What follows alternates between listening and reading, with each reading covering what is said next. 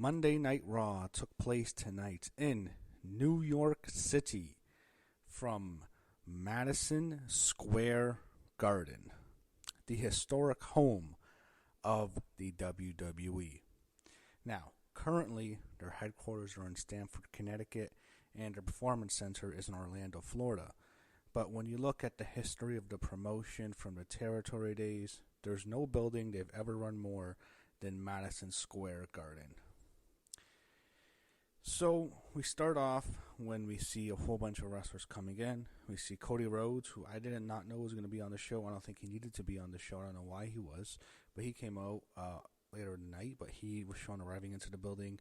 We saw Io Sky, Bianca Belair, Seth Rollins, and CM Punk all coming into MSG. We start off in the concession stands where we see all the fans, and we know what that means. Jey Uso is going to yeet us through Madison Square Garden. And they're all into Jey. Everyone does the yeet. Yeah, I'm sure WWE loves the visual. Just showing all their social media accounts of Madison Square Garden doing the yeet. And also worth noting that the crowd was absolutely packed. They had to use the smaller stage. I remember last year they were using a smaller stage for everywhere. Especially, I think they were in Brooklyn, Barclays Center last year for the Go Home show. They weren't in MSG, but they were using a small stage. And they'd use a small stage here, and that it really makes you feel like this is WrestleMania. It's New York, probably the best wrestling market. Lots of hype right now, especially after John Cena heel turn. And, it really felt like a hot crowd. So we start off with the yeet, and the fans are really into it. And Jey's out for a match with Grayson Waller. They also mentioned, I actually found this on social media, WWE they have not actually been in MSG for WrestleMania season in 17 years because they haven't raised up the WrestleMania sign in 17 years. That's pretty wild. I thought they'd be there a lot longer. And speaking of WrestleMania, this is the venue that hosted the first WrestleMania in 1985, then hosted WrestleMania 10 in 94, 10 years in the making, then also hosted WrestleMania 20 in 2004, where it all begins again.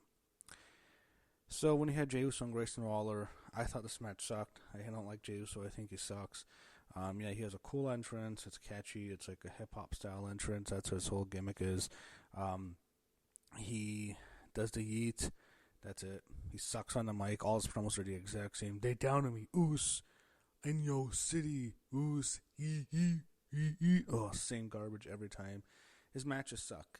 I mean, the one thing he has is that cool splash, the Uso splash. He just beats Grayson Waller with like the worst spear you'll ever see. It's a shit spear. After that, A-Town Down Under, both of them attacked him. Waller in theory, Jey fights them off. Then Gunther comes out, puts him in the sleeper hold, and puts Jey out. I really wish Gunther was winning at WrestleMania, but unfortunately, he will lose. Jey Uso sucks. I'm sorry. I know he has his fans. I'm a hater, I'm a hater. Yeah, I think the guy sucks. They had a really good video package with CM Punk and Seth Rollins setting up their big steel cage match, which they really wanted you to think this is going to be the blow-off match, which clearly it's not. It's only their second match on Raw. And, their first match on Raw was a couple months ago at the Intuit Dome in Inglewood, California. That was WWE's debut on Netflix, and which Punk beat Rollins in the main event. 2 months later, they're in the Garden in New York City, and that's where they will have the main event steel cage match. So I guess every time during like a big venue for a Raw, they're going to have a match. I don't know, I guess that's their thing right now, but definitely a big match, a big fight feel for the main event, I had to say. But the very good video package, and they show both guys warming up backstage.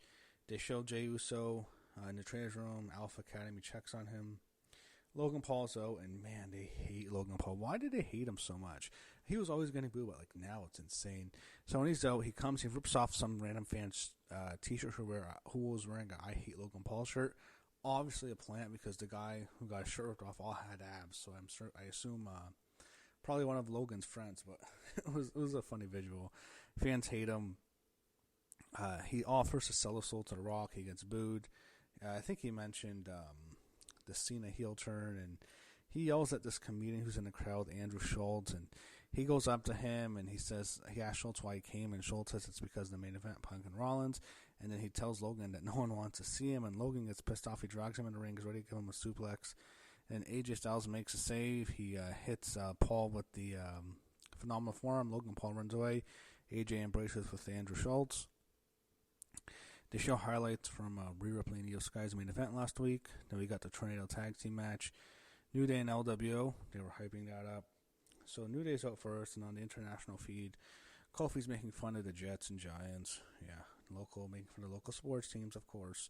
Xavier makes fun of the New York Knicks, says that the Nets are the real team in New York City.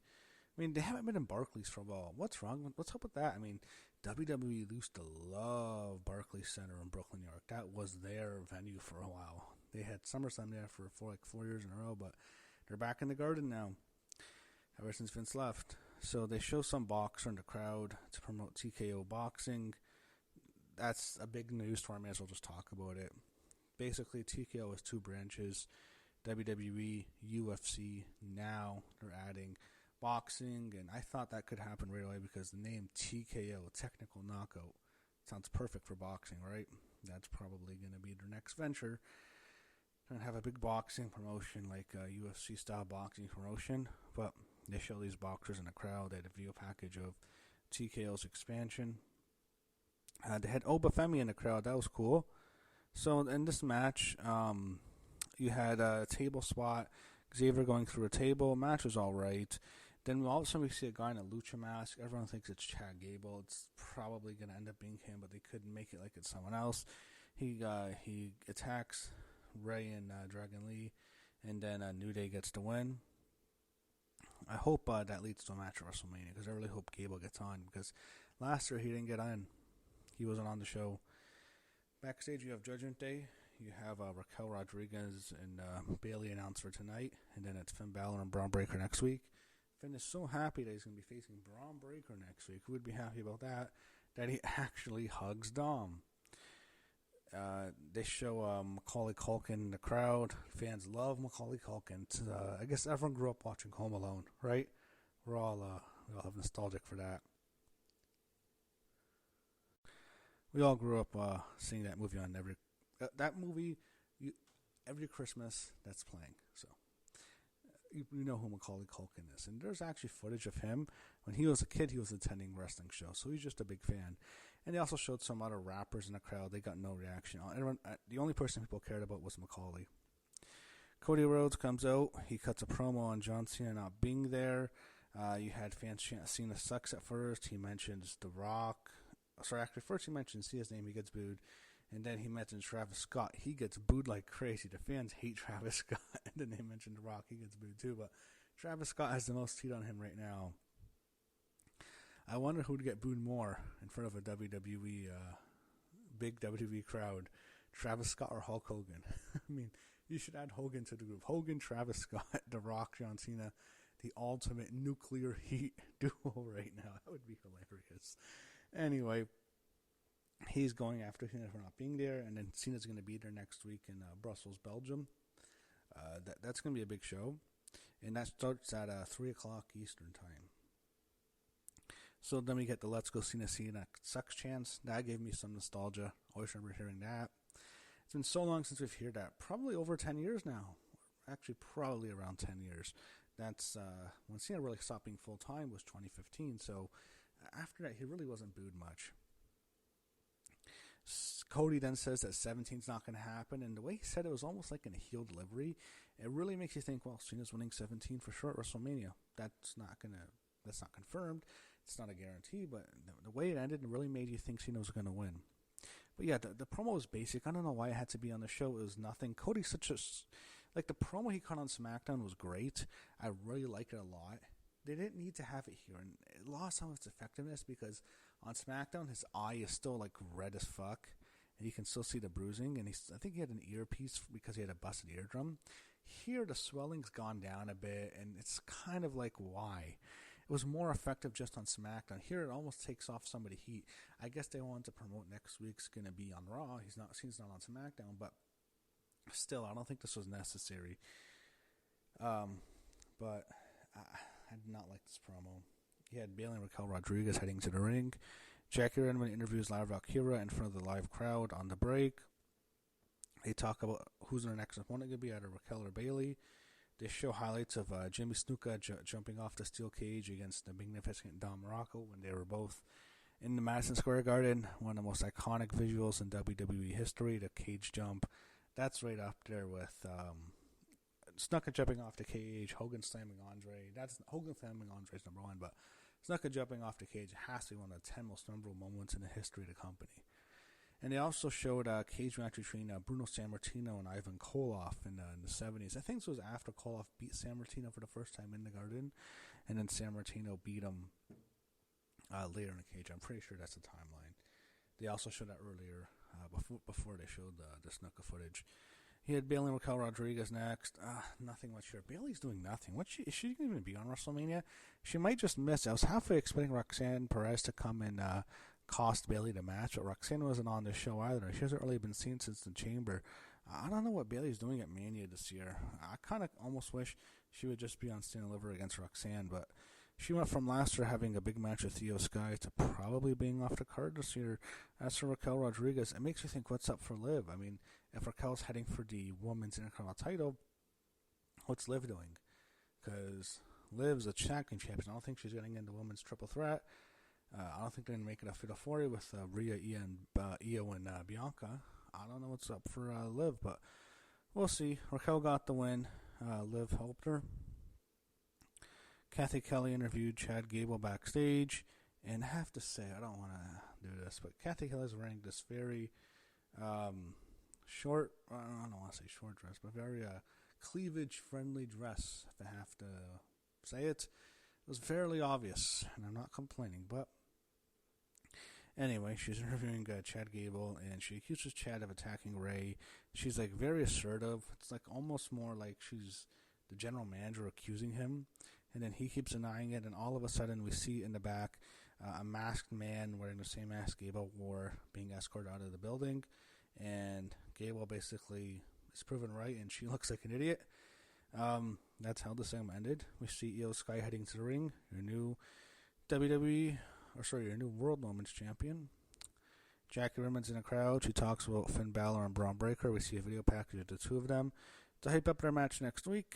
They show highlights of Randy Savage and Ted DiBiase inside the steel cage match. They're basically taking all the great cage matches in MSG and showing highlights of it.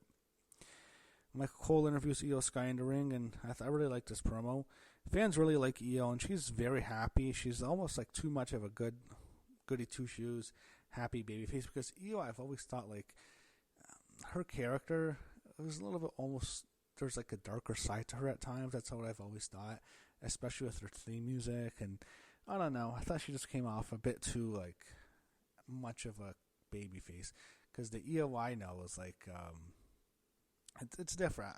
Anyway, she's getting a huge reaction. Fans chant, "You deserve it." They really like Io, and I thought, you know what, it might be a mixed reaction because fans are just way more into Rhea last week than Io, but they liked Io here. Bianca comes out next. Michael introduced her. Cole asked last week what happened with Rhea, and Bianca's trying to explain. Then Rhea Ripley interrupts, and Rhea, I thought, came off as a total heel and really unlikable here.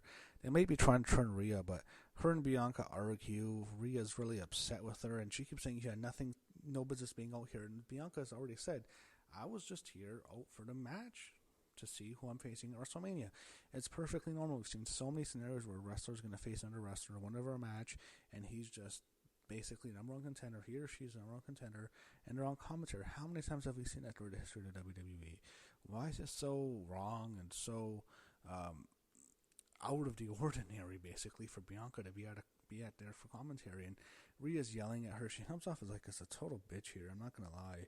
And then Rhea brings up Naomi and Jade, and that really upsets Bianca. Io's trying to get in between the middle of them as they get closer, and then Rhea slaps away Io, then Bianca slaps away Io, and Io's pissed off. She gets in the middle of them, finally separates them. She slaps Rhea, then she slaps Bianca so hard that she falls to her feet. It wouldn't surprise me if she was supposed to slap Rhea. That would so much it would take Rhea off her feet, but she decided not to. I don't know.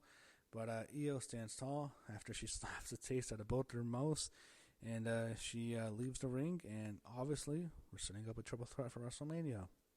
one of 2 triple threats being set up tonight. They do a preview of next week's show in Brussels, Belgium. Next, we have CM Punk and Seth Rollins heading into the ring for their steel cage match. Seth's out first, and then once they come back from the break, we see Stephanie Vaquer in the crowd holding her NXT Women's North American Championship. And then we also see her opponent, the NXT Women's Champion Julia, in the crowd, sporting her new blue hair. And both of them got good reactions. That sets up tomorrow night's epic clash. Not a unification match. Both titles are on the line. So you'll essentially be a double champion, not a unified champion. And that's NXT Roadblock, which takes place tomorrow night at the theater at Madison Square Garden. So I think it's under the state or under the arena, or that, or I think the building. I'm pretty sure it's connected, but it's in the theater. I think they probably could have just ran the arena. I don't know if they wouldn't have had the sellout Raw did, but they could have had a few thousand for sure. But hey, I actually kind of like them. You know what? The more intimate setting works better for NXT. It works better in the theaters. I like it better in the theater. We'll see. We'll see the show tomorrow night. I'm really looking forward to Roadblock. I think it'll be a better show than Raw was. Not to say Raw was a bad show, but I think Roadblock's going to be a really awesome show because of the great card. So they have Punk come out. He hits a big pop, and we get the main event steel cage match. They went back and forth with strikes to start, which I liked. It was very aggressive to start. They each throw each other into the cage. You had Rollins hit a really cool buckle bomb into the side of the cage. Then they had Punk at the top. He's teasing doing the big snooker spot where he jumps from the top of the cage. And I thought he was going to hit the elbow, but Seth climbs to the top rope, and then he brings Punk down, and they're both on top of the cage for a while. And Punk's in almost a precarious position where you think, oh, shit. It's like if one of these guys just slips and their life's over, it makes you really on edge, but... Eventually, Rollins got to the top rope, and he's standing on top, and Punk's on top of the cage. Rollins finally gets him in a suplex, and he hits like a giant superplex. Basically, it's a superplex, but like Punk's body was draped on top of the cage, so it looked like it was bigger than it really was. But it's a cool spot regardless. Then you had basically them just kick out of their finishers. CM Punk hits 3 go-to-sleeps. Seth Rollins kicks out of 3 GTSs. No one barely ever kicks out of GTS. I was thinking, why? Why is he kicking out of so many? He only really needs to kick out of 1, 2 at the most. But then Rollins hits like the stomp 3 times, and Punk kicks out every time. I'm thinking, they're overdoing it so much. It's like the main event of WrestleMania. And I get it, it's the Garden, it's a big cage match, but man, they're kicking out of so many finishers. Eventually, Rollins hits a big curb stomp from the top row. Punk looks like it's over. Rollins is just going to escape through the cage. And then we hear the fans going insane. I knew exactly what it was. I was expecting Roman's theme music to just hit, but instead it's Roman. He's already there. He grabs Seth Rollins and he drags him out of the cage from the door. The bell rings, and that means Rollins won the match. After that, however, Roman was pissed. He hit a Superman punch onto Rollins, hit a spear, then he hit a curb stomp on the mat, and then he was ready to just destroy Rollins, do what Rollins did to him at the Royal Rumble, which is to curb stomp him into the steps. He has Rollins face first down in the steps. He's ready to hit a curb stomp, but a whole bunch of security stops him, and Reigns is about to go after Rollins some more, but then he looks at the cage inside, and he sees Paul Heyman consoling CM Punk, and this pisses off Roman. He heads back into the cage, gets in, looks down at what's happening there, and he hits a spear onto CM Punk, leaves Punk laying. He stands tall, looks down, looks up at Heyman like he's a little bit upset with him. Reigns stands tall, Rollins destroyed on the other side. Punk lays in the ring. He stands tall as Raw ends, setting up a pretty obvious triple threat match for WrestleMania, which will be most likely the main event of Night 1. That definitely should be the main event. I mean, there's no way in hell Jey Uso and Gunther should main event Night 1. But that's how Raw ended tonight, and I enjoyed it overall. Not a great show. Not like it's been... I thought last week was a better show, to be honest, but this was a good... I don't know if I'll call it good. It was a decent show. Really good main event, like the last segment. And that's how Raw ends. We're officially outside of MSG. This will be the last Raw in the United States, as the next 3 Raws are going to be in Europe. And then we'll head back eventually as we continue our journey, our ride on the road to WrestleMania.